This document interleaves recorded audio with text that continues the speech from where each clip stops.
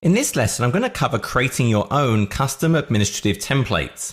And when previously we looked at the structure of a group policy object, there were software installation settings. For a computer, there were Windows settings such as scripts, security settings, quality of service, and likewise users have software installation, different types of settings available, folder redirection. And all these types of object here are processed on the client by things called client-side extensions. They take these policies and they apply them. But there are also all these values under administrative templates, which are really setting attributes in the registry on the client machine, which again are then honored and processed by that operating system. But you can create your own. All these administrative templates really are these ADMX files. Now, a big shift happened in Windows Server 2008 to move to this XML-based format. And these are stored on the file system.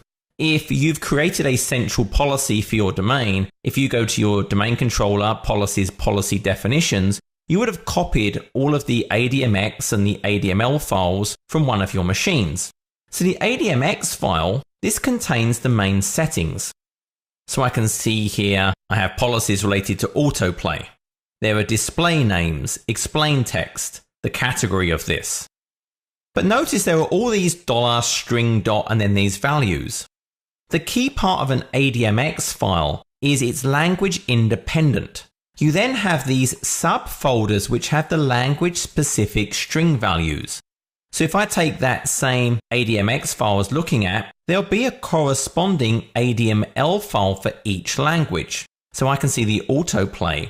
And this just defines all those different strings and what that text should be for English. But likewise, this same value would apply for other languages if that ADMX file supports that language. So not everything is for all languages.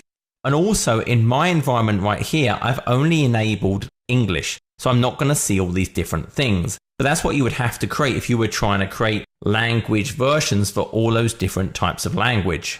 So if you want to create your own ADMX file, you need to create both the ADMX file defining those registry settings you wish to configure, and then an ADML file for your primary language, which will actually have the details, the text that is displayed to the user using that ADMX. And then you would copy it to your policy definitions folder.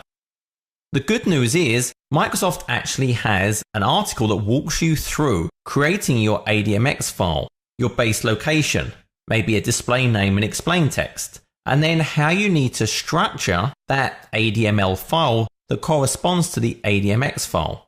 It talks you through creating different category elements. It talks you through creating actually keys. So where it's going to store it, what is the name of the value? What are the different values of that value you've just created, i.e. what is the data that can be contained in that new value property?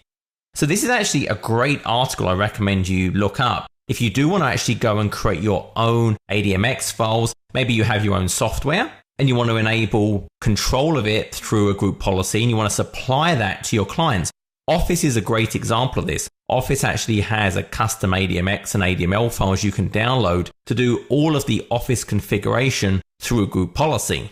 There may also be settings in the registry that are outside typical policies that you want to be able to just set for your environment.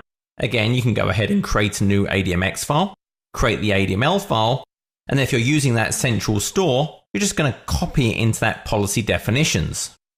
If you're not using a central store, then whatever is under your C Windows policy definitions is what will get used. So you would have to make sure you distribute that to all of the different machines that ever edit group policies.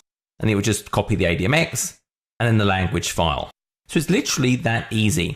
One thing that I should point out, if you're creating your own administrative templates that are writing to various registry locations, if they are outside of the standard policies locations of the registry, you are going to tattoo the registry. This means if you later unlink this policy or set it to not enabled, it won't roll back that setting because it's outside of policies. So you'd actually have to create another setting to say don't do this anymore. Just by unlinking the group policy object that has your template in it or setting it to not configured will not remove that setting. This concludes the lesson on creating custom administrative templates.